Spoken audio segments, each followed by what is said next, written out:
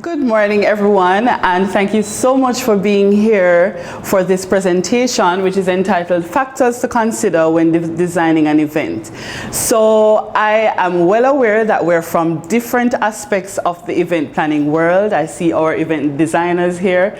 I see our representative from our Registrar General's Department, so for our civil, or is it civic? Well, we call it civil ceremonies. And we see persons here who are just passionate about events, and also persons who are gainfully employed in a 9-to-5. However, you are developing your passions for events. So all are welcome. Thank you so much for joining me here today, and thanks for the invitation from the Ministry of Education and Youth to do this presentation to you today. So my name is Patrice, Nephew, and I like to say that I have been doing events all my life, which is not a lie. My first memory of an event was 3 years old at church at a Christmas pageant. We call it the Christingle service, and I'm performing and I'm tripping over the gown and everything was happening, and the songbook was upside down, but I was singing and all of that. So I've been exposed to events all my life, and there are some nuggets I've picked up along the way, and it is my honor to be able to share it with you here today. So a little bit about me. This is when I get all cleaned up and at the events. So I've been following my passion for events for about 20 years, but as I said earlier, I've been planning all my life. I've also worked in the world of the 9-to-5 for about 17 years from community development. I was a teacher, I've worked in crime prevention, worked in PR, but I have always had this passion which has been calling me, and I answered the call about 10 years ago to take it really seriously. So I've had my business, Events Down Pat, for 10 years, but the concept of Events Down Pat has been, I'd say, from birth, really. So I've planned every event imaginable. So from a funeral, concert, weddings, office parties, diplomatic events, project launches, you name it. Pat has done it. And no, don't move as yet. And I am a lover of all things beautiful, I have to say that. No, look at this photo very well. Look at it. That's me, but I'm going to also show you a photo that is also me. This is what, and my event decorators and planners in the building can definitely understand what was going on here.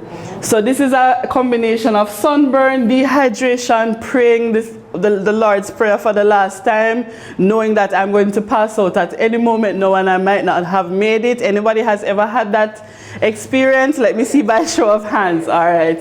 So let us not chronicle my pain too much, so we'll move on. So event planning is not always that glamorous, glowing thing that you'll see in the social media or in the magazines or on TV. It is also what I just showed you a while ago. So the objectives of this presentation, I want you to gain a greater appreciation of how important the design process is in crafting unforgettable and bespoke experiences. So some specific objectives. By the end of this presentation, I'd want you to get a deeper appreciation of the event design process and be able to distinguish between event planning, event design, event decor. They're all from the same family, they're all relatives, but they're not sisters or they're not twins, right? Also, to be exposed to the fundamentals of the design process, to be better able to formulate creative and cohesive event and client-focused events and concepts, which is very important, client-focused being the operative term as well. And as we go further, you'll understand why. Also, I'd want you to be introduced, if you're not already introduced, or it could be reintroduced, to some tools and techniques that you can use to create that stellar design for your clients. Also, I'd love you to gain insights in terms of the nuances that are part of the design process. So you're with me so far, right? And it shouldn't be that long, so you shouldn't fall asleep. Good. So event design, pretty much this is the artistic and creative process of actually putting together the elements, or the conceptualizing of the elements of a design. So it is the thought process that goes in. So it's literally you thinking of what would go best with this would go best with that, so that it is aesthetically pleasing. The event decor process now is the coordination or the pulling together of all the elements. So it is pulling together the balloons, the flowers, the fabric, even before that getting the stuff rented, all of those things. That's the process that happens in the decor process, but in the design process all of those are factored in. And there's also the event planning, which is putting together the decor, but also all the vendors, the food, the lighting, everything else that goes with it, pre-event, post-event. It's about dealing with the drunk uncle, right? Or it's about dealing with grandpa who can't hear very well anymore, and ensuring that we put him close to the front so that he doesn't, that he still feels a part of the process, right? It's about understanding that the needs of the client and putting together every single element from the conceptualization stage to even after the event is finished. That is the planning. Make sure that everyone gets paid. All of that is event planning. So the next time someone says they're an event planner, if they don't do all of that, they're not an event planner. All right? So to the meat of the matter, the art of design. So this takes into consideration many things. So it takes into consideration the brainstorming techniques, such as mind mapping. There might be even like a team brainstorming sessions. And I know they have this joke about entrepreneurs. They say, if you see me talking to myself, I'm an entrepreneur, I'm having a team meeting, okay?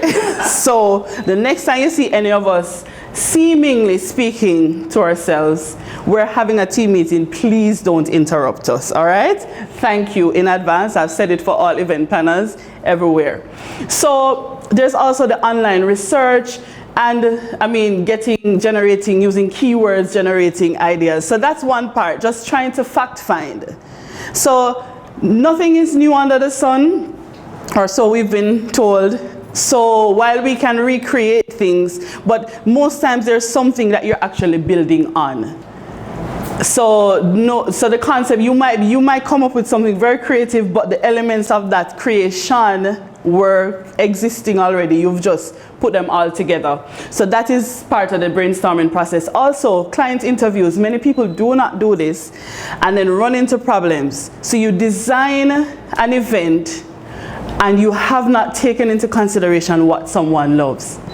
I remember once, this was a table setting, a tablescape for 8 people, a private dinner I was doing for someone's birthday. It was her 40th. So I'm there getting all excited, and I said, okay, we could have the flowers streaming across, we could have a garland, and we could have the taper candles, because I thought those, and I have some nice gold taper candle holders. And I was like, yes, that would go so well with it.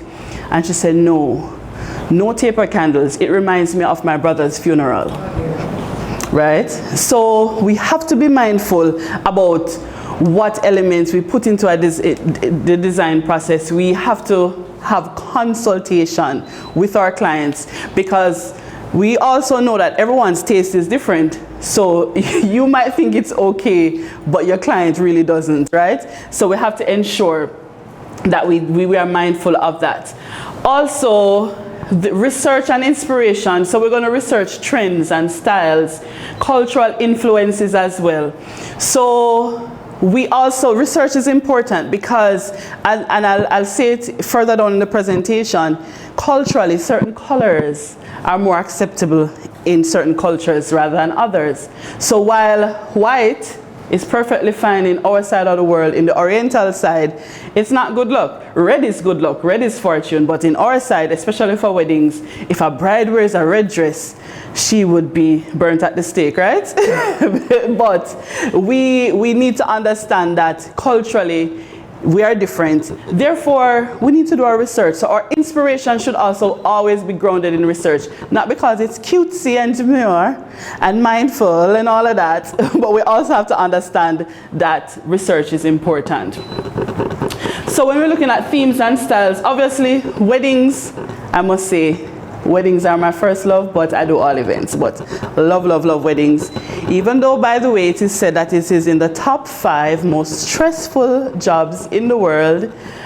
What does that say about me? I don't know, but I love them, okay? So themes and styles. So mainly weddings, you'll find that they will have thematic, you know, they'll have themes, but for parties as well. So for example, Shadine's last event was a yellow affair, and the next one will be green, right?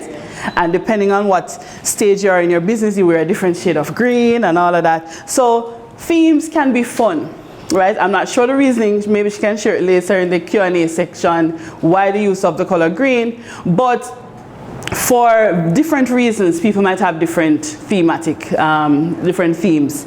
There's also, like, I mean, Las Vegas and casino themes. Recently there was a major event which casino was the theme. Who were at that event on Saturday night? I think I was told that it was Las Vegas style, right? And it was off the chain. So many times the theme can actually set the stage for the event. And have you ever walked into an event and from you entered the location, you say, yes, this is going to be a good event? That has happened, right? And conversely, have you ever walked into an event and said, oh dear, oh dear? Yes. So we understand how important the design process is in the experience that you're going to have for an event. Color palettes, it is very important to choose a color palette that complements the theme and reflects the couple's personality. So even though I'm a girl, I am a blue girl all the way. All shades of blue, it does not matter. I don't know if also because I went to a school where the color was blue, and I don't know, but blue is my happy color, right? Want to make me happy? Just give me some blue, right? There are persons who red is their color. Some persons white. I mean, well, you know, they say black and white aren't truly colors, but you get what I'm saying. So we have to ensure that the color palette, but you also want to ensure that the color palette, you want to ensure that it reflects the personality of your clients, but you also want to ensure that it also complements. So sometimes when someone say that, like for a wedding, they say they want royal blue and gold, yellow gold, or yellow gold, and you're like, whew, and you're like, no white, nothing to complement it. No, they want those two hard colors. So you would say, okay, but this is a wedding, you need a softer color to complement the harder color. But if that's what they want, that's what they want. Now that is where the true event planner comes into place, because they now need to negotiate colors with the clients. However, we also have to bear colors in mind. Textures and materials as well. In designing, we have to pay special attention to that, because let's say you're doing a backdrop, you know, the balloons offer one dimension, maybe the fabric or the vinyl that you'll put on the backing board, that offers another dimension. Maybe you have a white backing but gold writing, that gives you something else to complement. Maybe you have a shimmer background, maybe you don't want too much shimmer. You want some part of it matte and some part of it shimmery. So this all comes together in the design process. Then we have to look at consistency. So our colors, you don't want when you enter the venue, you see purple and orange, and then you take 2 steps and then you see red and purple, and then you take 3 more steps and you see all white. and there's no, I'm not saying people can pull it off. You might have different thematic areas within your event, but how cohesive and consistent that is something that needs to happen from the planning and the conceptualizing stage. So if you can see clearly, even in that napkin, it was utilizing the tie-dye material methodology, and the table setting actually utilized local produce. Disclaimer, my husband is a farmer, so I thought of a way to incorporate his produce in my decor. But you'll see that the colors within the napkin complemented the food colors or the decor items. There's also the gold that gives it that luxurious feel. The napkins too are, apart from them being tie-dye, they're also a classic, like the classic cotton napkins with the embroidery at the end, the crochet, sorry. So this was the look and feel that we wanted to depict here. This was for our dinner setting. So it depends, but you have to ensure that there is consistency. Throughout the event, you should be able to see. I also mentioned consistency also in terms of flow and balance. So you don't want, remember we said earlier that when we reach into a venue, we can know if it's a good event or not based on how the decor pulls us in. So let's say we are heightened by one aspect of the decor and then we make a few steps and we fall flat, emotionally. We have to ensure that there's good flow. We also don't want the decor to overpower what's happening. So we don't want to be so consumed in creating a backdrop for the head table that we drown the bride and groom because it's their day. If it's a birthday party or someone or a bride or a baby shower, we want a lot of gadgets and gizmos in the frame, but we don't want it to take away from the fact that this woman is about to give birth to a precious soul coming into this world, right? So we definitely have to really give our design process a lot of thought, and we have to ensure that there's flow and balance. Attention to detail is also important. It's sometimes the simplest of things that makes a difference. The tie-dye principle was thought of there because I wanted to create a nostalgic feel. Many persons might actually know this methodology. We call it tie and dye in Jamaica, but internationally it's called tie-dye. We might have done it in art class, right? However, persons from a previous generation might have known that this was a cost-saving way in families where you have a particular outfit. A mother has many children, they want to give the children a new look. So they actually did this, changed the color of the clothing so that it could now become a new bit of clothing for the children. So there are people who have sentimental attachments to certain details, and for this particular client, it might have been just that made a difference for them, right? It could have also been the crochet at the end of the napkin. They might have remembered they used to crochet with their grandmother of blessed memory, right? So we have to understand that details play a major part in the design process. And the next time you have an event, please think about the importance of the design elements. Visual representation. So I know we also have an architect in the building, and we have event designers, etc. Sketching is important. As they would say, a photo is worth 1,000 words. But it's also some people are visual learners. I personally am a visual learner, but because I have experience in the event field, you can describe a setup for me and I can visualize it. Most people can't, right?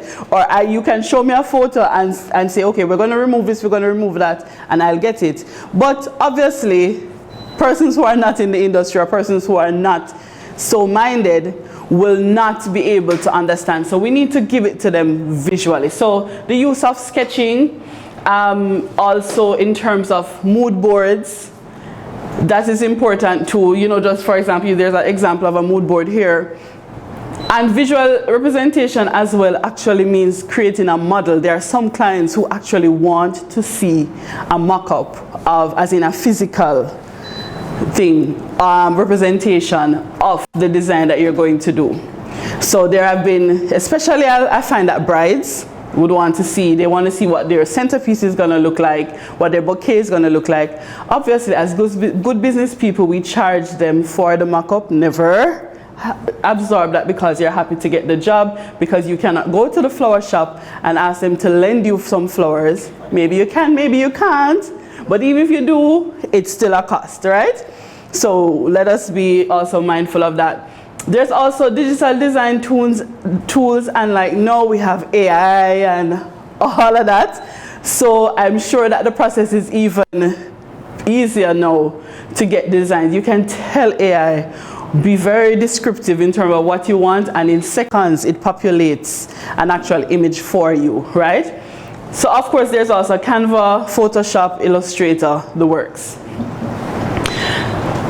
So after we've designed it, remember earlier I had said that it has to be client focused. So never you design it and feel so good about it that you're not going to share it with your client. But when you're sharing it with your client, take them through a story. So everything that comes together needs to feel like a story for them. Obviously this is also a very good business from a business perspective, because everyone here, no matter what we do, once the collection of money happens at the end, we're all salespeople, because that's at the end of the day a financial transfer needs to occur, right? So selling the story, selling the linens, and say, oh, you know, bringing back the nostalgia of how you used to knit with your grandmother, and bringing in the colors which reminds you of your youth, and all of those things, sustainability, all of these things, these are stories. You're going to take, you want your client, whether it's a couple getting married, whether it's an expectant mother, whether it's a corporate client, you want to take them along the journey. You want, when you give that presentation to our leading telecoms provider, I'm hearing it's Digicel, you want, when you give that presentation to Digicel, you want them to feel that red and white story throughout, and that red and white story is not going to feel like Christmas. It's going to feel like Digicel, right?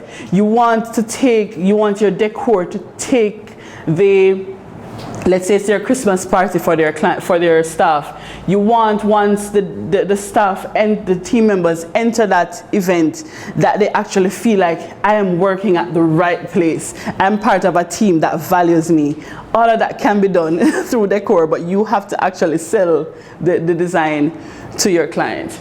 There's also obviously the use of visual aids, and as I said, 3D renders and samples. Samples are king. Client input. Now I know that sometimes the client input can be the part where it gets, let's say, interesting, right? Because you are the professional, but sometimes too the client is actually an event professional, or just a professional in whatever way, or they are well traveled, they are well exposed. So you have to also, firstly, never assume that your client does not know anything about what you are sharing. That's the first thing. And never underestimate the input of your client regardless of their experience, because you might never know. Some persons can just say, no, it don't look good. They probably can't tell you why it don't look good. They might say something is off about this. Let us not be so self-absorbed as events professionals to feel offended when somebody says it's off. Maybe they could have said it in a better way, but if it just feels off to them and that's how they express themselves, we just have to understand. And let us find out, why is it off? What does it do for you? What emotions does it bring out? Because as I said, sometimes one element can actually be triggering for persons. It could trigger a positive memory, but it could also trigger a very bad memory. So let us be very, very cautious and mindful. Also, try not to give them too many options, or give them options. It's always good to say 3 options, but don't give too many options, because then decision fatigue gonna kick in, right? And make sure it's the 3 best options too. Working with flowers. So in the design process, to use flowers or not to use flowers, the big question.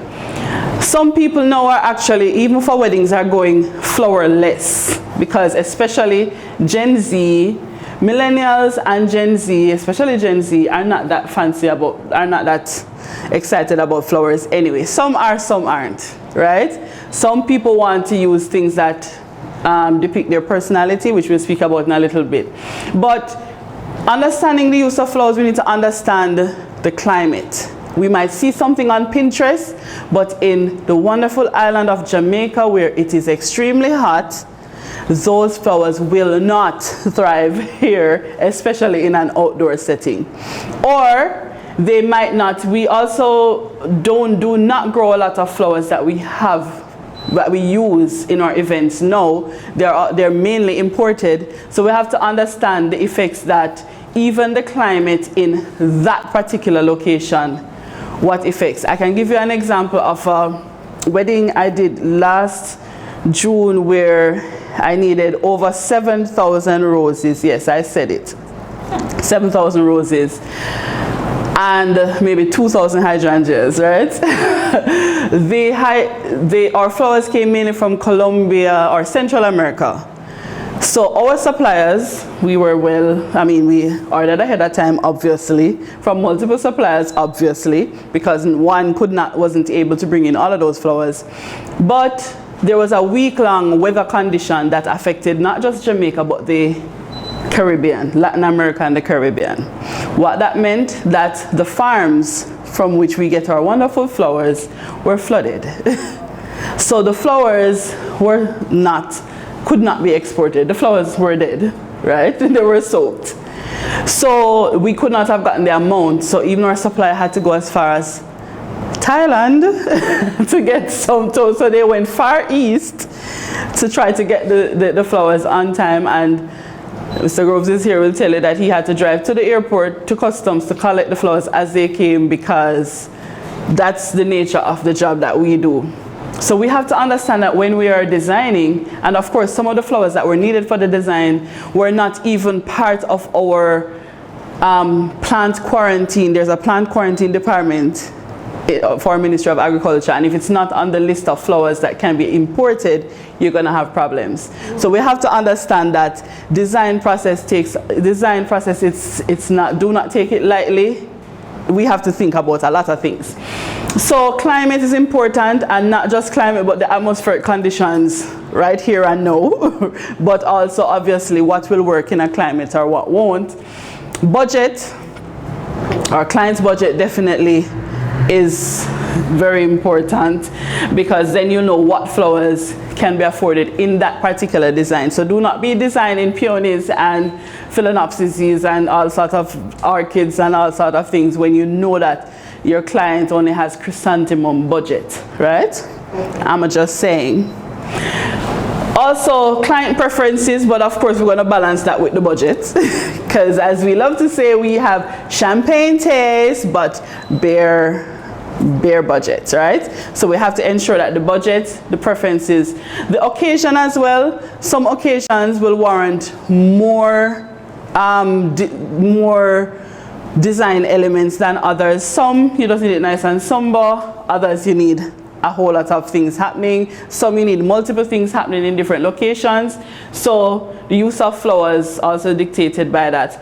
And of course, the availability and preference of real versus artificial. Now, I could do a whole lecture on that. So all I'm going to say about that is the good quality for silk flowers are not cheap. So it's not necessarily a cheaper alternative.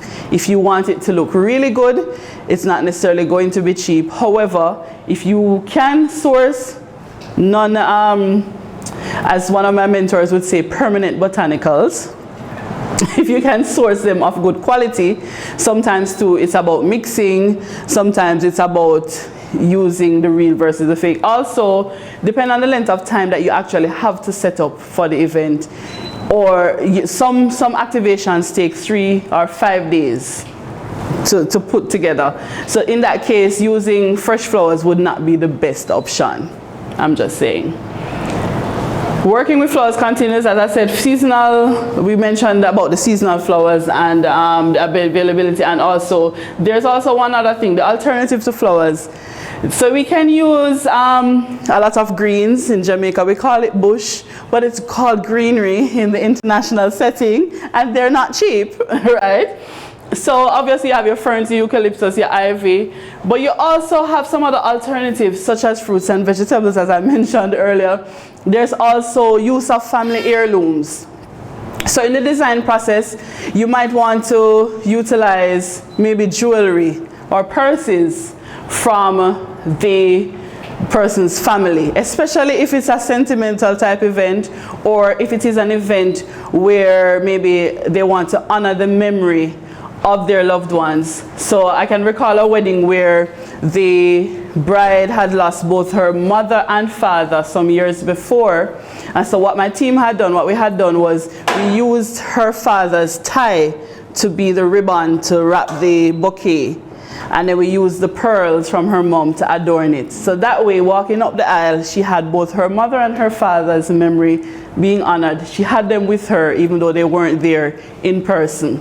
So family heirlooms is important to use as well. Even using photo frames, pictures, family pictures, utilizing those on the tables. So let us be creative and go crazy, but in a mindful way. Is that even possible? But I think it is. Working with balloons. Another thing, especially since the pandemic, when flowers were non-existent, a lot of people got into balloons. I must confess, I was one of those people who said, oh no, I don't do balloons. Oh yes, I did balloons in 2020, and I happily do them now, because balloons are a trend which don't seem to be going anywhere. They're just getting bigger and more fabulous, right? Alicia and Shadeen, yes, and they're fabulous balloon artists, by the way. And but we have to consider certain factors. The climate, again, balloons are being made of better quality now, but if you're too much in the sun and all of that, they're gonna pop. The fear of balloons is real. I cannot tell you how many times I am on a site and I'll ask like a team member, hold these balloons for me, and they're like, or they'll be like, so persons are literally afraid of balloons still in this day and age, because balloons pop and they make a frightening sound. And also, if you're going to use it at an event where there are a lot of elderly persons and it's going to pop, they get frightened easily, they might not even understand why these popping sounds are being made, and it shatters their nerves and all sort of things. So we have to be careful. When we're using balloons, we have to know the suitability. So if we're going to put it in the design element, we need to understand, and that's why we need to have the client interviews from early. Then we also have the length of the function, the budget, client preferences, and the occasion also comes into play with the use of balloons. Color psychology. Colors. We mentioned a little color earlier, and I want you, what do you get from this photo when you look at this? What are you getting? What vibe are you getting from this? Happy. You're getting a happy vibe. And what colors? We see the pink family, right? And pink is usually a softer, feminine, or just happy color, right?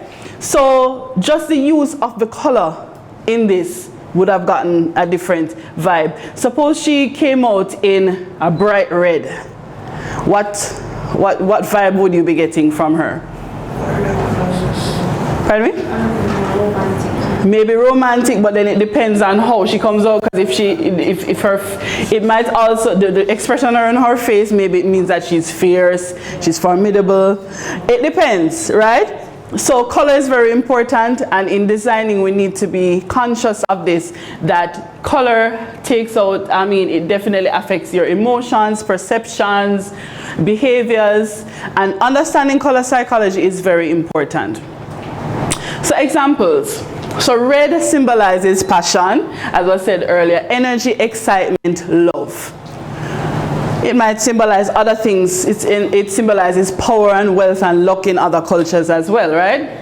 Blue symbolizes calmness, peace, trust, and these are just some widely accepted meanings of these colors. Green symbolizes nature, growth, harmony, renewal, and in Jamaica it symbolizes the Jamaica Labour Party, right? So if it is that you're doing an event a political event, and if the People's National Party calls you to do the decor for an event, you cannot have any green incorporated, because that would be disrespectful. That would very much so, all right? And the converse is true. If it is that if the Jamaica Labour Party calls you to do an event, you cannot incorporate any orange. It's just a given because of the strong emotions and affiliations so you understand how color is important. Even our national flag, black, green, and gold, if there's too much green in the decor, even for a government building, the other political party might say, how come there's so much green? And then the reigning party will say, but green is a color of the Jamaica, right? So colors are important. Just that example alone lets you know that colors are important. Yellow symbolizes happiness, optimism, joy, energy. So like the sunflower gives you this nice happy feeling, right? Purple symbolizes loyalty, luxury, wisdom, spirituality. But what does it symbolize in Jamaica? What's purple used for a lot? Funerals. Death, yes, right? So we have to understand culturally what the different colors mean. White symbolizes purity, innocence, peace, simplicity. It also symbolizes luxury and bougie in Jamaica as well, because if you have like an all nice all white party, it's more sophisticated, or it's expected to be. So we have to understand our context that we're working with and understand the international context too. So if someone requests a particular color, it's either we find a way to work with them or we educate them about the meaning of the color in the context that they want their design. Black, which symbolizes elegance, sophistication, mystery, power. I guess that's why I'm wearing black. No, this is not why. It's because in the event world, we wear black, because everything and anything will spill on our clothes, and it needs to not be obvious. And we need to also be able to hide in the cracks and just not be too obvious. So we are coming to the happy end of this presentation, and there will be a Q&A section before, but just a few points for you to remember. That the art of design encompasses the concept development, creative elements, and cohesion. Your designs, our designs moving forward, need to be cohesive. They need to be in harmony, right? And they need to be thoughtful. There are also tools and techniques that can be used to facilitate the development and presentation of these ideas. So we no longer have to try to explain it too much. We can just give a visual representation, and that will actually speed up the productivity and speed up our road to our sales process, which, amen, that's what we need, right? Because we're business people. And even if we're doing it as a passion, the good news is that it can be done as a business. So we need to understand what goes into it. And then the importance of color and the other nuances, I hope that you really would have gotten that part, because we cannot just choose a design because we like it, or we can do that as well, you know, but there's much more that goes into it, and understand that our intended audience actually has a very big role to play in how the design process goes. And now it's time for question and answer. I'll take a few questions. Anybody? Don't be shy. Please don't be shy, but please ask questions. Who first? Yes. No questions. I know. Or let me start out by asking you. Or yes, go ahead. So in terms of your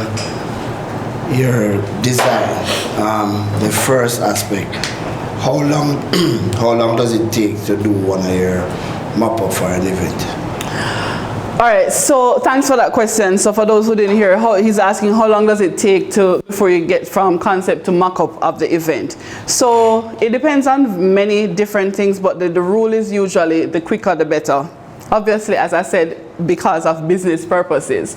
However, once there is an initial, what I always do a client consultation, because no matter what, I don't want just to be, it can be electronic, because they'll fill out a form or you'll send them a questionnaire.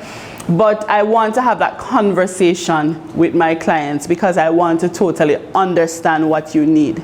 Once I understand what you need, some designs might take a day, some might take 3 days, some might need a week because I need to also call around to find out if it's even possible to incorporate what they want in their design. But in terms of all of that, it depends on the timelines towards the actual event that you're doing and the budget, and just how quickly you can come to an understanding as to what exactly they'll need. So thanks for that wonderful question. Yes. All right, so when you have the initial consultation, right, is it that you charge for that? Because remember, we're going out there, we're getting this information, we're trying to source the best products. Do you charge them up front if they don't book with you?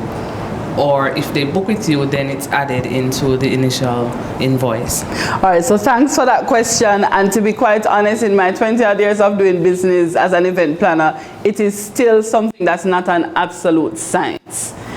Because I have had countless experiences where I formulate a design or I give away design information and the person does not end up booking. So what I have now done, I do charge for a consultation, especially if it's a wedding, and then I'll deduct the amount from the official, the eventual cost. However, one of the things I've learned to do, and I would implore you to do that as well, do not go too much into the scope of the event until you have signed a contract with your client. So you can discuss things, like you can discuss concepts, yes, so they want a sophisticated feeling with old money, to get an old money feel with a modern twist or whatever it might be. You can even talk logistics in general, but please get them to the point at which they will book, so that you can then go into it. Because I know we are passionate, and once we get a phone call or an email, an inquiry about an event, we have started working. It's natural, it's in our DNA, that's us. But let us rein ourselves in a bit. We cannot be giving away our intellectual property, because that's literally what it is. It's our intellectual property that we're giving away when we start designing outside of a contract. So I hope I cleared that up for you. And I do feel your pain. I've fallen victim to it even with 20 odd years of experience and it's kind of like a little scope creep. You know, they're just creepy in these little things. But the rule of thumb is be as general, get as much information, but when you're going to lock in, you need to lock into the contract before you start getting into details. However, there are times, and in terms of certain events, where you're asked to do an estimate, because that will help to determine whether or not they will continue with your services. So you can have certain price points for certain things. If you know they're going to do a balloon garland, a half or a full one, you know what that's going to cost. If they want a medium centerpiece or elaborate centerpiece, that sort of thing. So you can have certain cost parameters, but don't go too much into design. Don't go into details until you have locked in that client. Yes, Sasha. You made mention about the hard colors, and it struck me because I've had clients that really want very hard colors. How do you soften the moment and give them what they want if they decide that, listen, I don't want any combination of hard and soft, I just want hard and that's it? And how do you just give them what they want, but also make it memorable and looking fantastic? Thank you so much. So, you know, we've all been raised in the school of thought that the customer is always right. And we have a very good service industry and culture in Jamaica, especially as it relates to hotels and all that. So that's how we are, that's in our DNA. However, there are two ways to deal with it. One orthodox, one unorthodox. So one way to deal with it is, if there's maximum resistance, you don't want to lose the client, give it to them. But you can choose if you post it. You can choose if you're associated with it. It's real. We do it all the time. I mean, people do it all the time. Don't worry. So there are going to be some events that if it's not in line with the brand that you're creating, you don't have to feel obligated to post it, and it's okay. And maybe you can probably post it on your WhatsApp status, but not necessarily Instagram, called WhatsApp disappearing. You know, you understand, right? So maybe sometimes they're watching your status too, right, to see if you posted it.